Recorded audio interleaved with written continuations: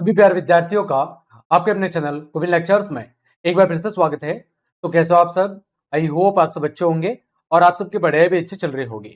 तो प्यारे विद्यार्थियों, कक्षा अच्छे गणित विषय की सीरीज में आज हम बात करेंगे आपके अध्याय 1 गणित में पैटर्न के पेज नंबर 11 पर दिए गए प्रश्न आइए पता लगाए भाग 1 के, यानी पेज नंबर 11 पर आइए पता लगाए के दो अलग अलग प्रश्नों भाग के रूप में दिए हैं।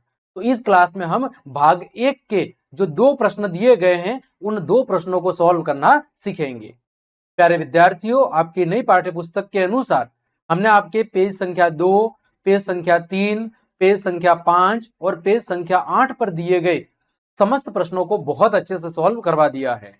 वो सब क्लासेस आप चैनल की प्लेलिस्ट पर जाकर आराम से देख सकते हैं, या फिर उनकी जो लिंक है वो वीडियो के डिस्क्रिप्शन में आपको मिल जाएगी, तो वहां से भी उन क्लासेस को आप आराम से देख सकते हैं। तो चलिए क्लास शुरू करते हैं।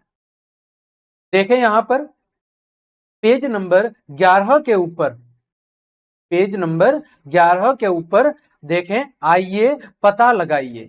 पहला प्रश्न है, क्या आप सारणी 3 के प्रत्येक अनुक्रम में पैटर्न की पहचान कर सकते हैं?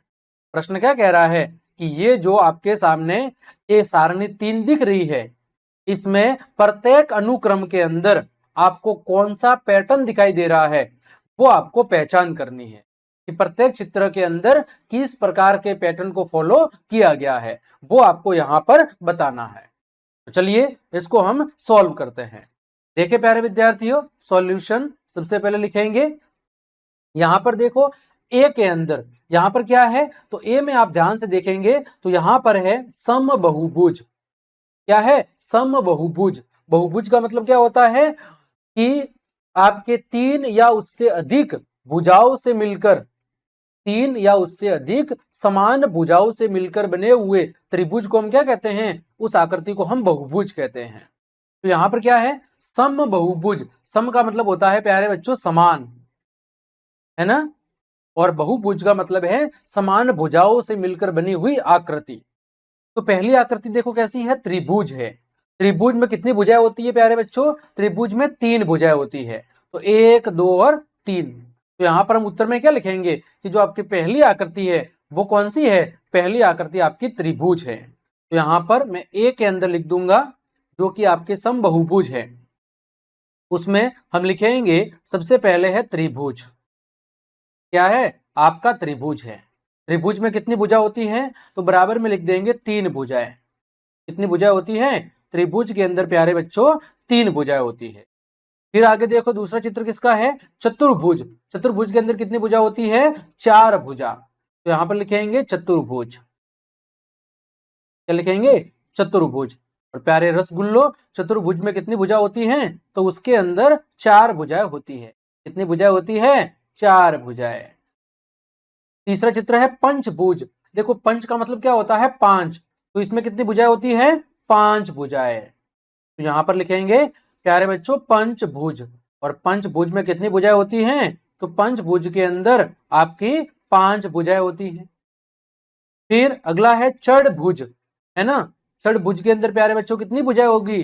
तो चढ़ का मतलब होता है 6। तो यहां पर कितनी भुजाएं होगी? यहां पर आपकी 6 भुजाएं होगी। कितनी भुजाएं होगी? यहां पर आपकी 6 भुजाएं होगी। फिर अगली आकृति कौन सी है? सप्तभुज। देखो सप्तभुज, सप्त का मतलब कितना होता है प्यारे बच्चों? सप्त का मतलब होता है 7। तो यहां पर कितनी भुजाएं होगी? यहां पर होगी आपकी 7 भुजाएं। कितनी भुजाएं? 7 भुजाएं। फिर क्या है? अष्टभुज। अष्टभुज में कितनी भुजाएं होगी? तो प्यारे बच्चों अष्टभुज के अंदर आपकी 8 भुजाएं होगी। कितनी भुजाएं होगी? अष्टभुज के अंदर आपकी 8 भुजाएं होगी। फिर क्या है? नवभुज। तो प्यारे लाडलो नवभुज में कितनी भुजाएं होगी? नवभुज के अंदर 9 भुजाएं होगी। कितनी भुजाएं होगी? तो यहां पर प्यारे लाडलो 9 भुजाएं होगी। फिर क्या है आपका? आगे है आपका 10 भुज। क्या है? 10 भुज। और 10 भुज के अंदर प्यारे लाडलो कितनी भुजाएं होगी? तो 10 भुज के अंदर प्यारे रसगुल्लो 10 भुजाएं होगी। कितनी भुजाएं होगी? 10 भुजाएं होगी। ठीक, ये हमें पहले चित्र के अंदर दिख रहा है। अब हमें बताना है कि यहां पर अनुक्रम क्या है, यानी किस प्रकार के पैटर्न को फॉलो किया गया है, वो भी हमें बताना है। तो देखो प्यारे बच्चों, यहां पर हम लिखेंगे, यहां पर अनुक्रम, क्या लिखेंगे कि यहां पर अनुक्रम लिखेंगे, अतः यहां अनुक्रम, अनुक्रम है। और वो अनुक्रम क्या है, तो वो प्यारे लाडलो अनुक्रम है, देखो 3 4 5 6 7 8 9 10, इस तरह ये पैटर्न चल रहा है। 3 4 फिर आपका 5, 5 के बाद 6, फिर 7, फिर 8, फिर 9, फिर 10, इसी तरह ये पैटर्न आगे बढ़ रहा है। ठीक, ये था आपका पहला भाग।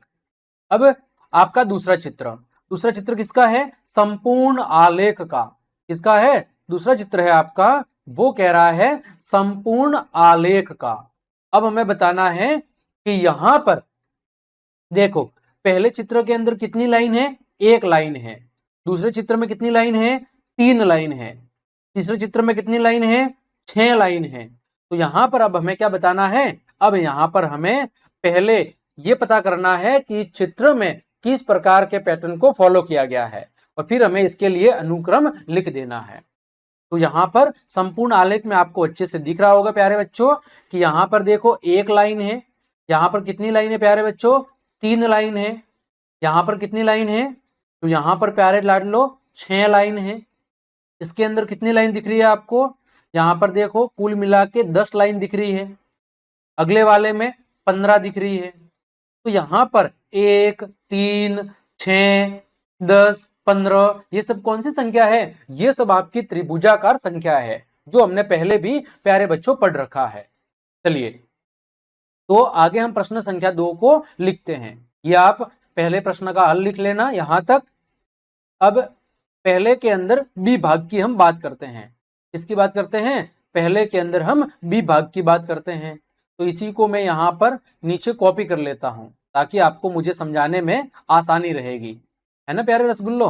ओके, तो इसी को मैं प्यारे रसगुल्लो यहां पर कॉपी कर लेता हूं नीचे वाले भाग में, ताकि मैं आपको अच्छे से यहां पर समझा सकूं कि यहां पर किस तरह का पैटर्न काम के अंदर लिया जा रहा है।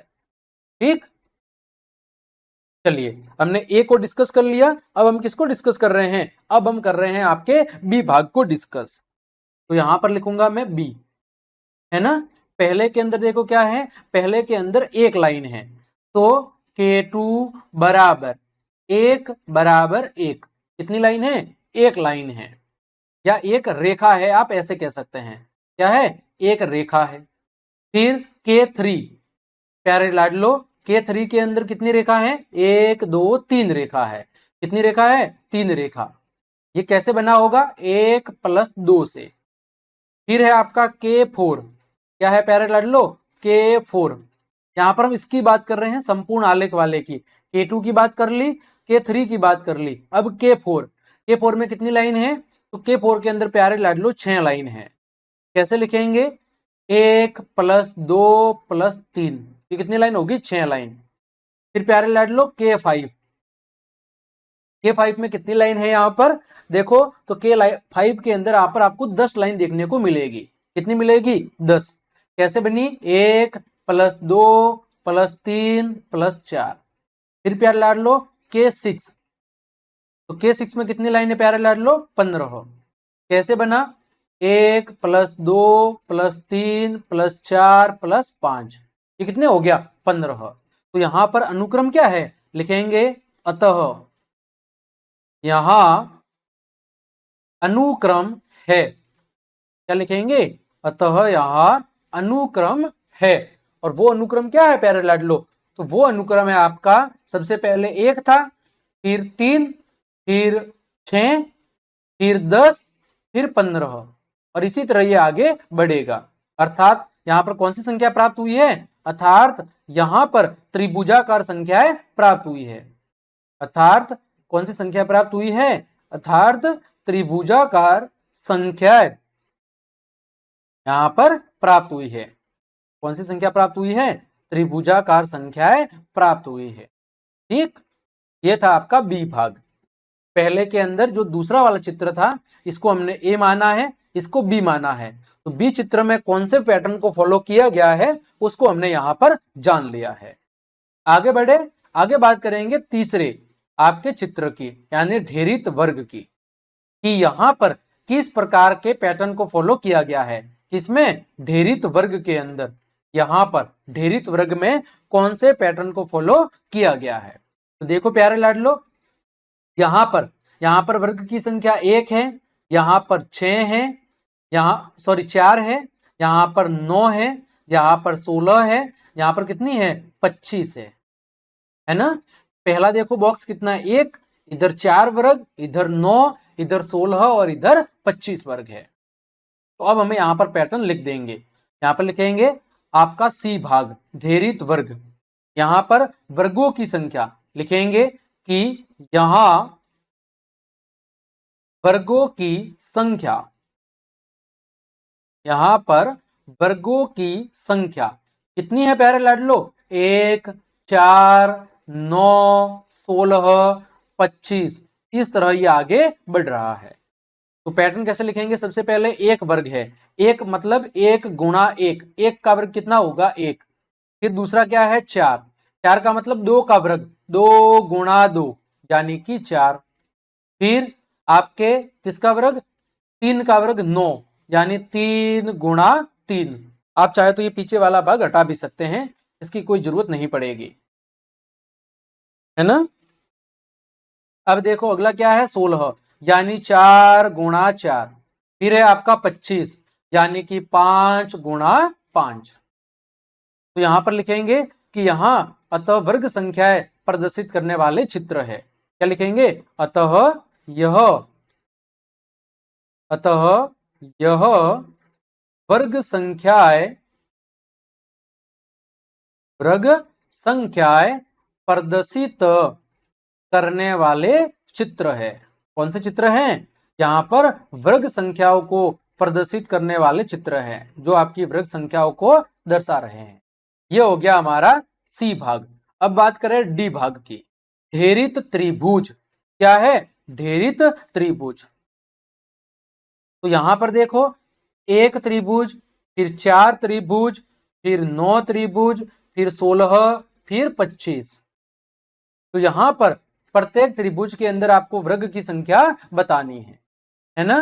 तो चलिए हम थोड़ा नीचे चलते हैं और यहां पर हम प्रश्न को यहां पर लिख लेते हैं। उम्मीद करता हूं यहां तक आपने पूरा लिख लिया होगा, है ना। नहीं लिखा तो आप स्क्रीनशॉट ले ले या फिर वीडियो को रोक कर आप लिख सकते हैं, ठीक है। आगे देखो, तो आगे यहां पर सबसे पहले मैं चित्र को यहां पर ला लेता हूं ताकि हमें समझने में आसानी होगी। देखो अब हम बात कर रहे हैं आपके डी भाग की, इसकी बात कर रहे हैं। यहां पर ये ए था, ये बी था, ये सी और ये आपका डी।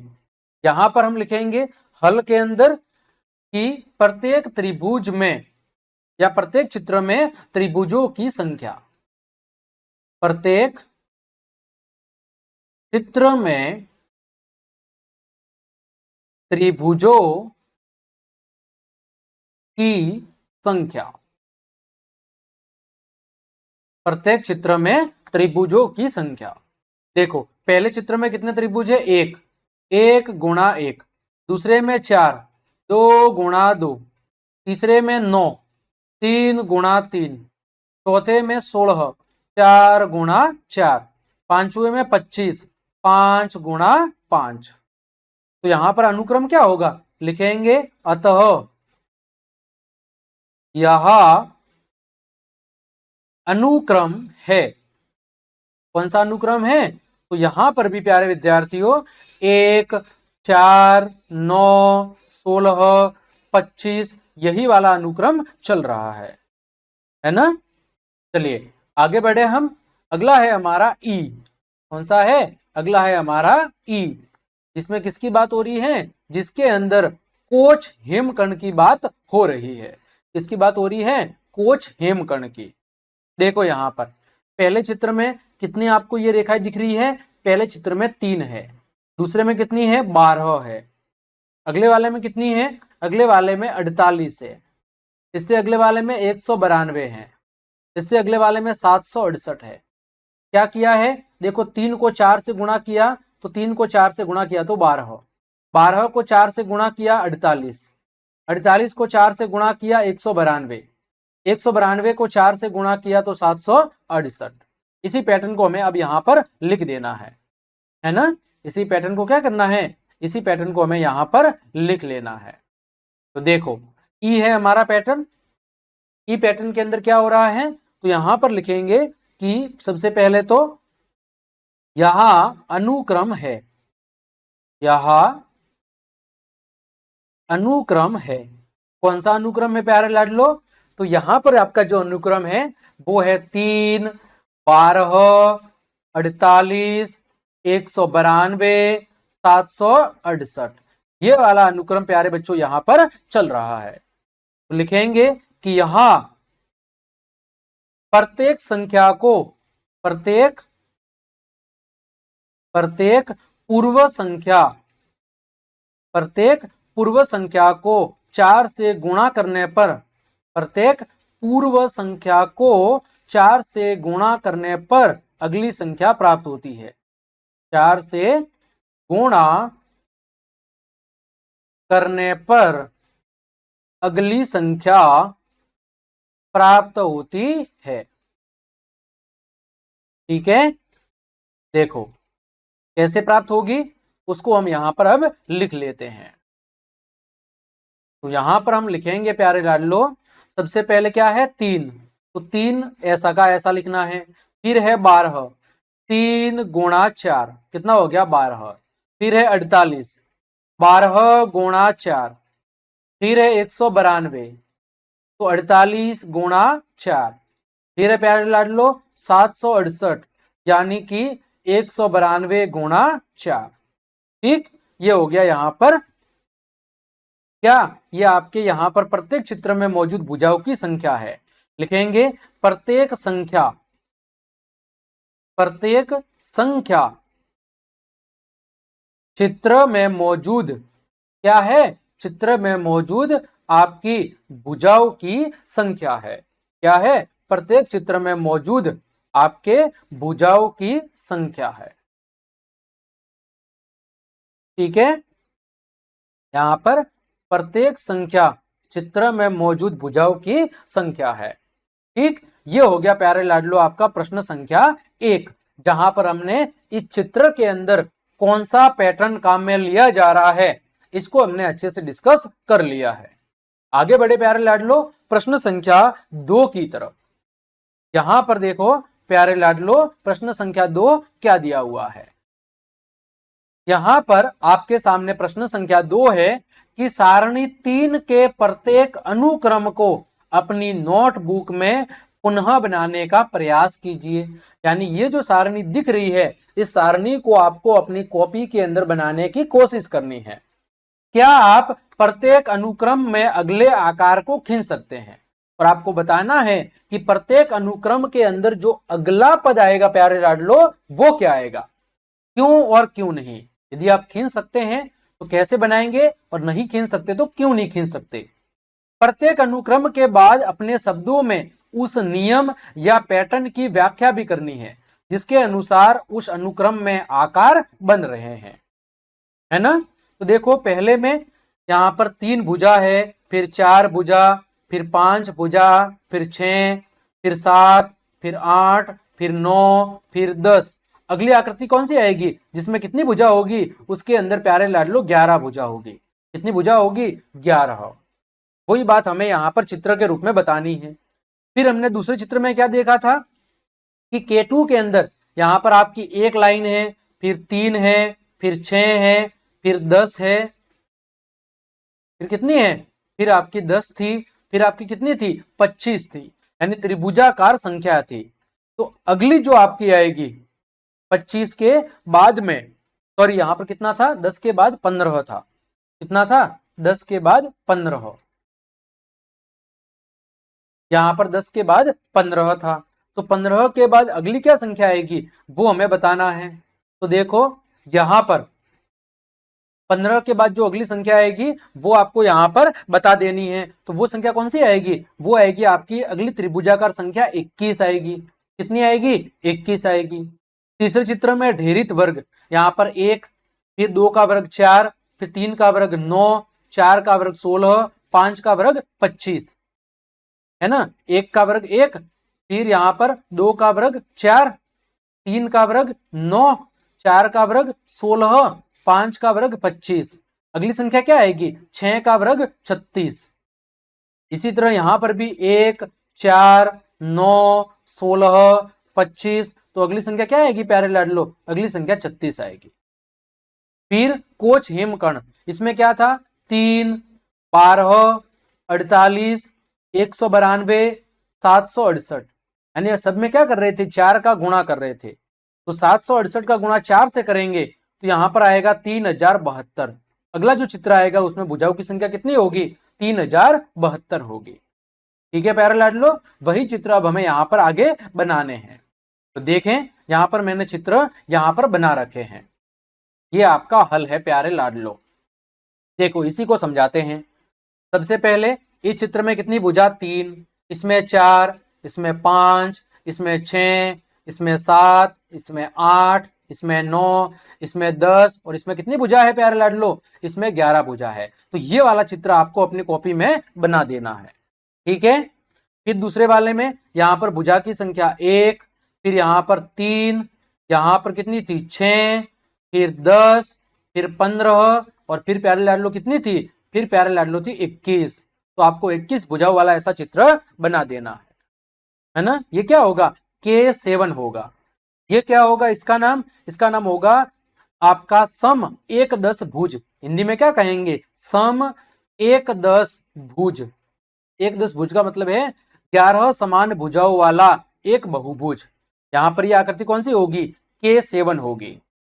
इसी तरह आगे प्यारे लाडलो क्या होगा?